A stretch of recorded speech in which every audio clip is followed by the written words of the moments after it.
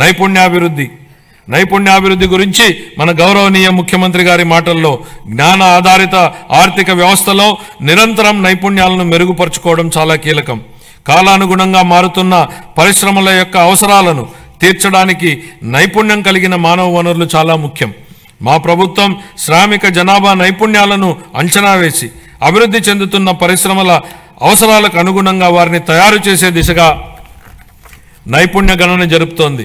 స్థానిక పరిశ్రమల డిమాండ్ను తీర్చడానికి నిరుద్యోగ యువతకు మరియు కళాశాల డ్రాపౌట్లకు శిక్షణ ఇచ్చేందుకు 83 పారిశ్రామిక శిక్షణ సంస్థలలో నైపుణ్య కేంద్రాలను ఏర్పాటు చేయడం జరిగింది.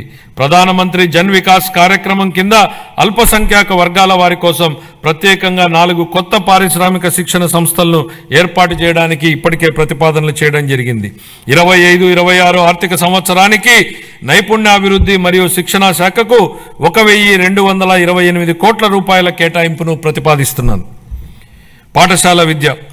గత ప్రభుత్వ దుర్మార్గపు పాలన కాలంలో రాష్ట్ర విద్యా వ్యవస్థపై దృష్టి సారించకపోవడం, నిర్లక్ష్యం మరియు తప్పుడు విధానాల వల్ల మన రాష్ట్రంలోని 2.43 లక్షల మంది విద్యార్థులు బడి మానివేయడంతో వారి భవిష్యత్ ప్రమాదంలోకి నెట్టివేయబడింది. ఇలాంటి పరిస్థితుల్లో విద్యా వ్యవస్థను చక్కదిద్దే అత్యంత కఠినమైన బాధ్యతను మంత్రి నారా లోకేష్ గారు తన భుజస్కంధాల మీద వేసుకున్నారు. నేటి బాలలే రేపటి పౌరులనే భావనతో విద్యా వ్యవస్థను ప్రక్షాళన చేయడం మొదలుపెట్టారు.